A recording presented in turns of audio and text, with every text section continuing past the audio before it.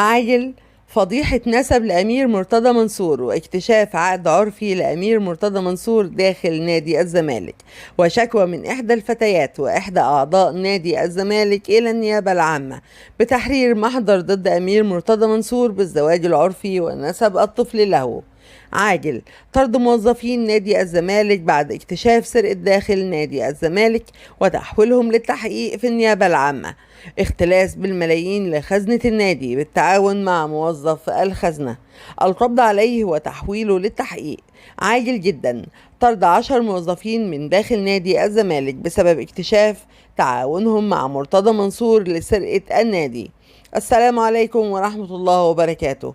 أعزائي متابعين قناتكم وقناتي خبر في الجون، أهلا بيكم معانا النهاردة في فيديو جديد. لو أول مرة تشوف القناة ياريت تشترك في القناة وتفعل زر الجرس علشان يوصلك كل جديد وحصري في عالم كرة القدم. وكمان لو الفيديو عجبك ياريت تضغط لايك وتدعمنا بيه دعما منك للقناة. النهاردة يا سادة حلقتنا خطيرة جدا وفيها مفاجآت وكوارث وفضايح من العيار التقيل، وشكوى للنائب العام ضد أمير مرتضى منصور من إحدى الفتيات في قضية نسب بعد اكتشاف عقد عرفي، وطرد 10 موظفين من نادي الزمالك بسبب سرقة مرتضى منصور لنادي الزمالك وتعاونهم معه. ولكن قبل ما نبدأ حلقتنا النارية، كل اللي طالبينه من حضراتكم لايك للفيديو علشان يوصل لأكبر عدد من المتابعين. النهاردة يا سادة حلقتنا خطيرة جدا وفيها مفاجآت من العيار التقيل. هنبتديها بفضيحة كارثية لأمير مرتضى منصور في نادي الزمالك أثناء استلام اللجنة الثلاثية للنادي وقضية نسب ضد أمير مرتضى منصور داخل الأدراج، وجاري تحقيق معاه في صحة العقد العرفي بعد زواجه من إحدى أعضاء النادي بعد شكوى من إحدى الفتيات وهي أحد أعضاء نادي الزمالك إنها زوجة أمير مرتضى منصور، وهي من إحدى أعضاء نادي الزمالك، واتهمت أمير مرتضى منصور بعقد عرفي وأنجبت طفل ويرفض نسب الطفل. وبعد شكوى زوجته جاري التحقيق في صحة العقد وأسباب نسب الطفل. ونعرض على حضراتكم فيديو استغاثة زوجة أمير مرتضى منصور في آخر الفيديو بالمسؤولين لنسب الطفل. وبعد ما سمعنا يا سادة فضيحة العقد العرفي لأمير مرتضى منصور بعد اكتشافه من اللجنة الثلاثية في خزنة نادي الزمالك، قرار عاجل من اللجنة الثلاثية بعد الاجتماع الطارئ مع وزير الشباب والرياضة أشرف صبحي بطلب الاستقالة بعد كم الاختلاسات اللي اكتشفوها داخل نادي الزمالك، ولكن رفض وزير الشباب والرياضة أشرف صبحي استقالة اللجنة الثلاثية. وأثناء التفتيش اكتشاف اختلاسات من خزينة النادي الزمالك واختفاء بعض المستندات المهمة داخل النادي. أسيبكم مع تفاصيل الخبر وارجعوا لي مرة تانية. بالأسماء، لجنة الزمالك تقرر إيقاف هؤلاء ومنعهم من دخول النادي. قررت اللجنة الثلاثية التي تدير نادي الزمالك إيقاف عدد من الموظفين ومنعهم من دخول النادي خلال الفترة المقبلة. أن اللجنة قررت التصدي لجميع المقصرين والعمل على كشف جميع المخالفات في الوقت الحالي. أوضح المصدر أن اللجنة قررت إيقاف 6 موظفين عن عملهم بسبب المخالفات ومنعهم من دخول النادي في المرحلة المقبلة، وطرد 10 موظفين أيضا. وأن السداسي الذي تم منعهم من دخول النادي هم محمود خالد رئيس الشؤون القانونية، ومحمود العسال مستشار قانوني للنادي، وشريف حسين نائب مدير النادي. كما تم إيقاف وليد بخيت مدير شؤون العاملين، ومحمد إبراهيم مسؤول الماليات، ومحمد حنفي مدير المتابعة.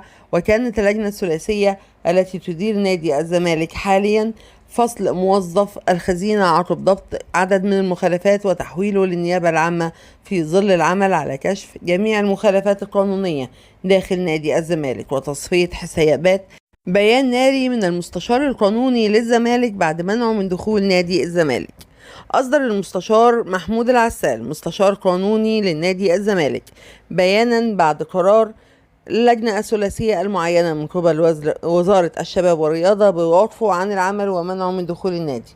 وكتب محمود العسال عبر صفحته الشخصية بموقع التواصل الاجتماعي تويتر بيان هام لكل مسؤول عن نادي الزمالك عندما تقدم مجلس الإدارة باستقالته في سابقة لم تحدث لنادي الزمالك، وكان ذلك إيمانا منهم واعتقادا بأن ذلك نواة للعمل جاد وتصحيح المسار عندما تواصلت مع السادة المسؤولين وتنبيههم ببعض الأمور القانونية، اعتقادا مني بضرورة أن يتكاتف الجميع لكل من هو له صالح بنادي الزمالك. لم أتخيل مطلقا ما يحدث حاليا من إدارة نادي الزمالك، وأتعمد التشويق وتصفية الحسابات وكأننا ندور في حلقة مفرغة، والكل يترك الهدف الأساسي والتركيز على مصلحة النادي ويهتم بتصفية الحسابات. فما نشاهده على مواقع السوشيال ميديا من أخبار عارية تماما من الصحة. وأدعو رفع الحصانة عن المستشار الجليل أحمد جلال إبراهيم، وهذا ما لم يحدث. أفهم تماما ما يلي وما علي، وسوف أتخذ كافة الإجراءات القانونية والرد الإعلامي المناسب في الوقت المناسب. أشرف صبحي المحترم، الإدارة الحالية معينة من قبل سيادته. أرجو من سيادة مراجعة ما تقوم به من أفعال والتركيز على إدارة النادي بدلا من تصفية الحسابات والتي لا يجني منها سوى الفشل. وكانت اللجنة الثلاثية المكلفة بإدارة نادي الزمالك أصدرت قرار بوقف 10 موظفين عن العمل ومنعهم من داخل النادي، من بينهم المستشار محمود العسال بسبب المخالفات القانونية داخل نادي الزمالك، وبسبب اختفاء عقد إمام عاشور القانوني من اللجنة المكلفة بإدارة الزمالك. وشهدت الساعات القليلة الماضية اختفاء عقد إمام عاشور لاعب الزمالك لاعب ميتلاند الدنمارك السابق والفريق الأول لكرة القدم بالنادي الأهلي الحالي، بجانب اختفاء 3000 عضوية من الاشتراكات بالزمالك، حيث أكدت المصادر الداخلية لنادي الزمالك اختفاء عقد إمام عاشور وانتقاله إلى نادي ميتلاند الدنماركي، وبذلك ضياع حق القلعة البيضاء في الصفقة بقيمة 3 مليون دولار. ووجه عامر العميري خبير اللوائح الرياضية رسالة للجنة الثلاثية التي تدير شؤون نادي الزمالك من أجل التوجه إلى الاتحاد الدولي لكرة القدم فيفا لبحث هذا الملف. وبكده نكون وصلنا لنهاية حلقتنا النهاردة. أرجو انك لو الفيديو عجبك ما تنساش تعمل لايك وتضغط كمان اشتراك للقناة علشان يوصلك كل جديد وحصري في عالم كرة القدم. كنتم مع خبر في الجون.